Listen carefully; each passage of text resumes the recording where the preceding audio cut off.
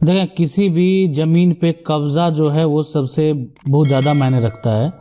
अगर आपका मामला कोर्ट में भी जाता है ना, तो ये जरूर देखा जाता है कि वर्तमान में जो है ना, वर्तमान में किसका कब्जा है और वो कब्जा कितने दिनों से। ठीक है, कब्जाधारी पे जो आरोप लगाए जाते हैं कि ये जबरन जो है मेरे संपत्ति को कब्जा कर लिया, यानी कुछ दिन पहले जो है मेरी संपत्ति को एक गलत तरीके से अपना मारपीट करके, या जो भी एक तरह से समस्या होता है उस पर जो भी आरोप होते हैं वो लगाए जाते हैं ताकि उस संपत्ति को उन्होंने कब्जा कर लिया।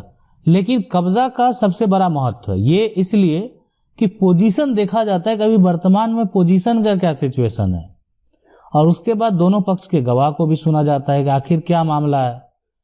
और अभी जो सबसे बड़ा सवाल ये है कि अगर आप कब्जा लंबे समय से किए हैं, मतलब अगर आपका 40 साल से है ना, यानी कम से कम 12 साल से अधिक समय से है, तो कोई आके प्रशासन का जो भी अधिकारी है वो अगर कोई निजी जमीन पे अगर आप कब्जा किए हुए हैं किसी के निजी जमीन पे, तो आपको हटा नहीं सकता है। अब जो है जो बिना कोर्ट के आदेश के उसको नहीं हटाया जा सकता है, और कब्जाधारी को भी अधिकार दिया जाता है, यानी वो भी एडवर्स पोजीशन का दावा कर सकता है, प्रतिकूल कब्जा का दावा कर सकता है, इसीलिए कि वो 12 साल से अधिक समय से उस संपत्ति पे है। लेकिन क्या वो संपत्ति का मालिक बन सकता है, तो ये भी डिपेंड करता है कोर्ट के जजमेंट के ऊपर। अब कोर्ट का जजमेंट जिसके भी पक्ष में हो, कोर्ट का जजमेंट अगर ठीक है, ये कोर्ट का जजमेंट अगर कब्जाधारी के पक्ष में होता है तो कब्जाधारी उसका मालिक बन जाएगा। कोर्ट का जजमेंट अगर जो है एक तरह से जो संपत्ति का मालिक है उसके पक्ष में हो तो कब्जाधारी को कब्जा छोड़ना पड़ेगा किसी भी हालत में। लेकिन जो कब्जा है, अगर ये आपका पारिवारिक जमीन है ना और उसको आप कब्जा करके रखे हुए हैं, तो उस पे कोई भी आप कब्जा कानून का दावा नहीं कर सकते हैं। इसीलिए वो तो आपका परिवार का ही जमीन है, आप अपने जमीन को क्या कब्जा करेंगे। कोई अन्य व्यक्ति का जमीन है तो उसके लिए वो नियम लागू होगा। आप जो है पुश्तैनी संपत्ति ठीक है, उसमें और लोग हिस्सेदार हैं, आप हिस्सेदार की जमीन को कब्जा कर लिए हैं, तो यहाँ पर कब्जा का कोई भी नियम नहीं रह जाएगा। सवाल है कि सर मैं 40 ईयर से अपने जमीन पर कब्जा है और मेरे दादा के भाई दूसरे को बेच दिए हैं, पर चौहदी में मेरा ही साइड बेच दिए हैं। तो देखें, ये अगर समस्या है कि ठीक है, अगर कोई भी हिस्सेदार है, अगर उसका हिस्सा है तो वो बेचने के लिए स्वतंत्र है। लेकिन अगर आपका उसमें चौहदी दे दिया गया तो आप कोर्ट में केस करके जो है उस पे उस डीड को या तो उसको बोल सकते हैं कि आप सुधार करवा लें, नहीं तो आप चाहेंगे तो कैंसिल भी करवा सकते हैं कि गलत तरीके से किया गया डीड अगर है उसमें, जबकि पोजीशन आपका मेंशन किया गया, ठीक है अभी कोई दिक्कत नहीं होगा, लेकिन आने वाले समय में हो सकता है समस्या उत्पन्न हो, तो आप उस पे एक्शन ले सकते हैं, या तो उसका सुधार हो जाएगा, नहीं तो अगर वो पूरा गलत ही होगा तो वो कैंसिल भी हो सकता है।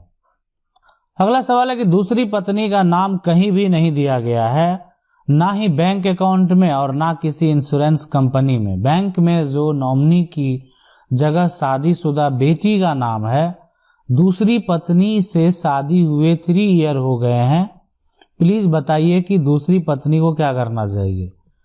देखें, कोई भी व्यक्ति है अगर वो नॉमिनी में जो भी इंश्योरेंस कंपनी में नाम किसी का भी देने के लिए वो स्वतंत्र है।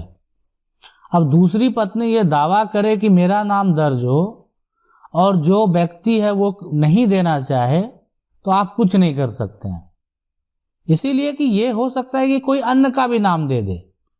अब मेरा पैसा है वो किसको मिलना मेरे बाद, हाँ लेकिन अगर किसी कारणवश मृत्यु हो जाती है उनकी, तो उसके बाद तो कभी आप उसको चेंज करवा भी नहीं सकते हैं। तो अगर शादीशुदा बेटी का नाम एक तरह से दर्ज है, हाँ ठीक है, आप अपना अधिकार के लिए दावा कर सकते हैं, वो अलग चीज है। लेकिन अगर दूसरी पत्नी है तो पहली पत्नी का अगर तलाक हुआ है तभी दूसरी पत्नी का कानूनी रूप से अधिकार होगा, नहीं तो पहली पत्नी का अगर मृत्यु हो गया है तभी जो दूसरी पत्नी है उसका कानूनी रूप से अधिकार होगा, अन्यथा कोई भी अधिकार नहीं होगा। अगला सवाल है कि सर रजिस्टर 2 में मेरा जमीन 10 डिसमिल है और ऑनलाइन रसीद जो है 5 डिसमिल का कट रहा है तो क्या करें? देखें, अगर ऑनलाइन में आपका 5 डिसमिल कट रहा है तो ऑफलाइन एक बार कटा के देख लें।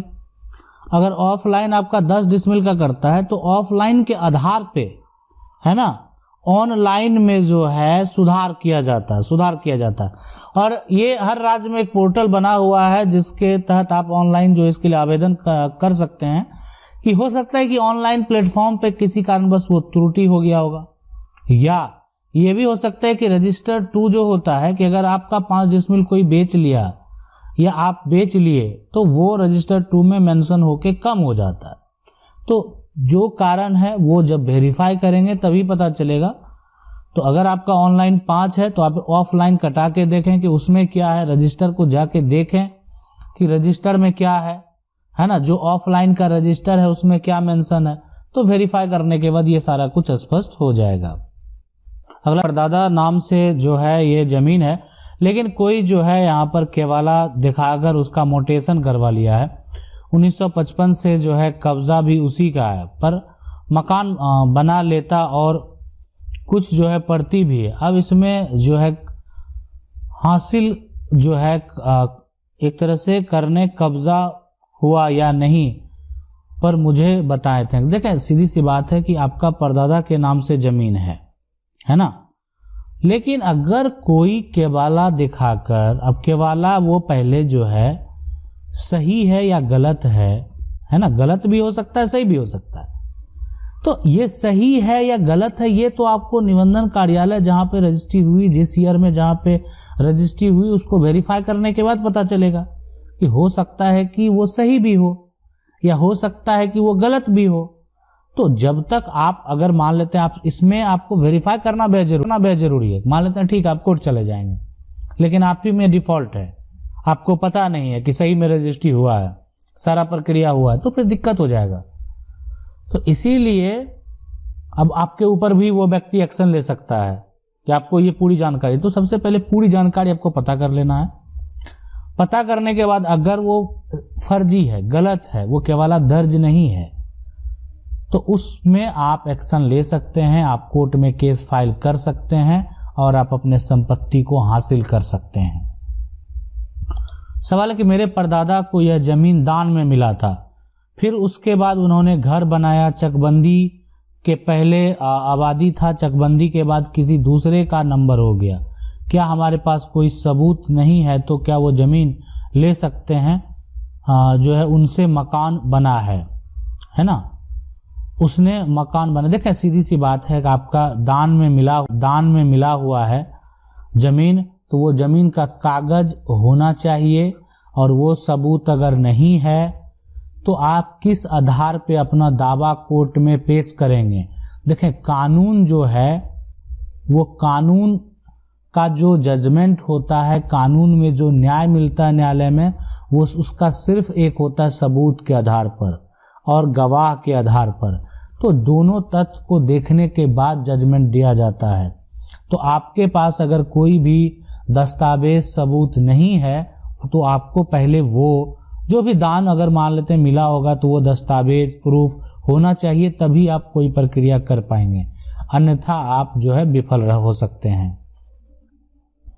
अगला सवाल है, हर सर नमस्ते, मैं इंदौर से हूँ। एक आदमी है जो अपनी एक लौती बेटी के लिए एक घर जमाई रखता है। 2 बच्चे होने के बाद लड़की छोड़कर और 2 बच्चे को छोड़कर किसी जमींदार जो है को बना लेती है या जो भी है, फिर उसके 3 बच्चे हो जाते हैं, तो क्या बनाए हुए बच्चे लड़की के पिता के संपत्ति का हकदार बन सकता है ना? देखें, यहां पर अगर संपत्ति किसका है पहले ये देखें, पिता का है, यहां पर तो नहीं है ना, इसीलिए कि जो लड़की के पिता का संपत्ति है तो वो संपत्ति किसको प्राप्त होगा? लड़की को। अब लड़की के पहले 2 बच्चे हुए, बाद में 3 बच्चे हुए, तो ये सब लड़की के जो है से ही जन्म हुआ है। तो लड़की को जितना भी संपत्ति होगा वो सभी में बराबर जो है सबका हक होगा। मतलब इन तीनों बच्चों का भी इसलिए संपत्ति किसका है? हाँ ठीक है, आज संपत्ति अगर लड़की के जो पहले पति थे उनके नाम दर्ज है तो फिर जो 2 बच्चे हैं, है ना, फिर लड़की को भी अपने संपत्ति के लिए लड़ना पड़ेगा। लेकिन अगर लड़की के नाम ही संपत्ति है तो लड़की के जितने बच्चे हैं सभी उस संपत्ति के हकदार होंगे।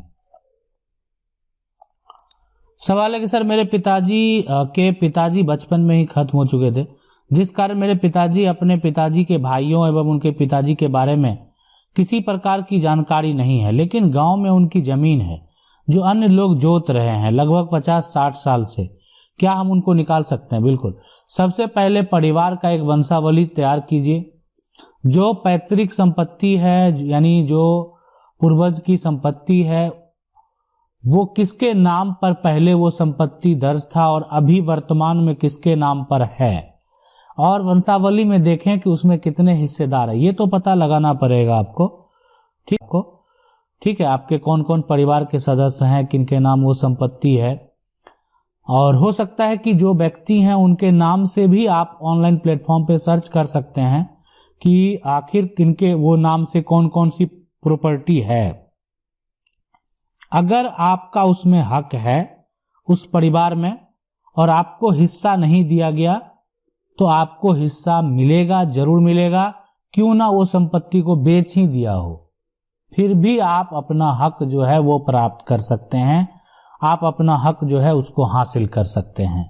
आशा करते हैं वीडियो अच्छा लगा होगा। वीडियो को लाइक जरूर कर दें। चैनल को पहली बार देख रहे हैं सब्सक्राइब करके जो बेल आइकन है उसको जरूर दबा लें। मिलते हैं अगले वीडियो में, तब तक के लिए जय हिंद।